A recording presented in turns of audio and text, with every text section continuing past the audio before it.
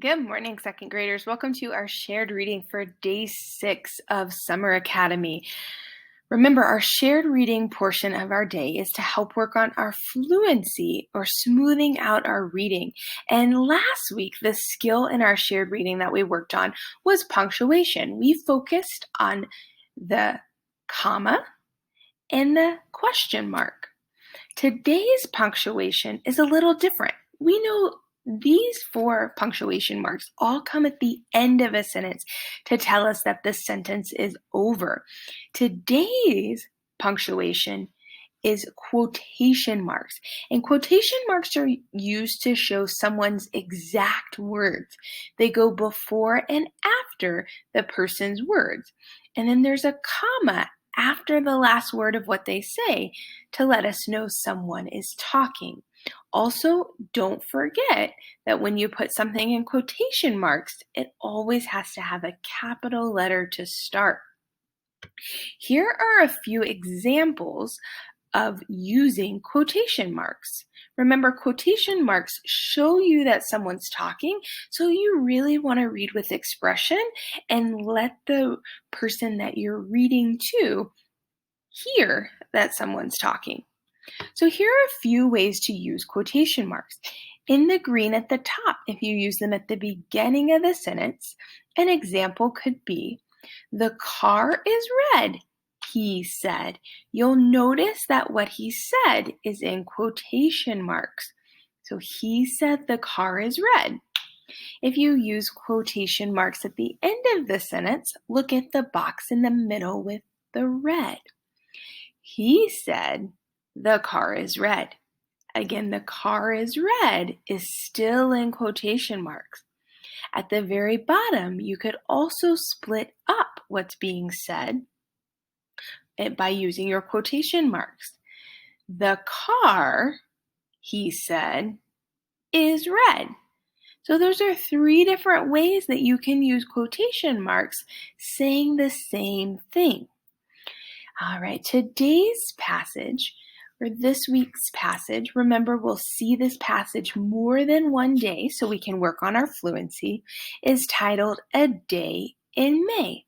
And before we get started, I want us to focus on 2 specific lines that have lots of quotation marks. So take a look at the sentences in the box. I'm going to read and I want you to repeat after me. "Let's play," begged Kay. "We can't," said Snail. "We must work in the garden." You'll notice that the characters from the text are talking, Kay and Snail, so each time that they talk, there are quotation marks to show that they're talking. All right, we're going to echo read the entire passage together. It was a day in May. Snail and Toad dug in the garden by the coast. Their pals, Kay and Ray, stopped by. "Let's play," begged Kay. "We can't," said Snail. "We must work in the garden." Kay and Ray groaned. The next day, Snail and Toad were making clay pots. Kay and Ray stopped by. "Let's race," said Ray. "I can't," said Snail. "I must make pots. May is the time to plant." The next day, Snail and Toad used brown paint to paint the mailbox. Kay and Ray ran by. "Why are you running?"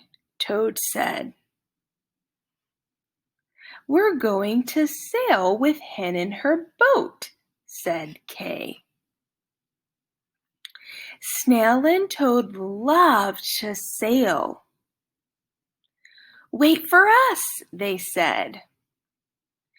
"We will paint the mailbox next May." Excellent job echo reading today. You'll notice that there's lots of quotation marks in this passage because the characters are talking to one another throughout the entire text.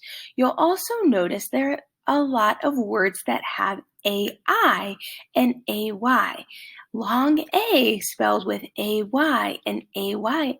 AI is our phonics focus today. So make sure you're listening for the long A words and you're noticing the spelling pattern, AI and AY, and you're noticing with your eyes the quotation marks.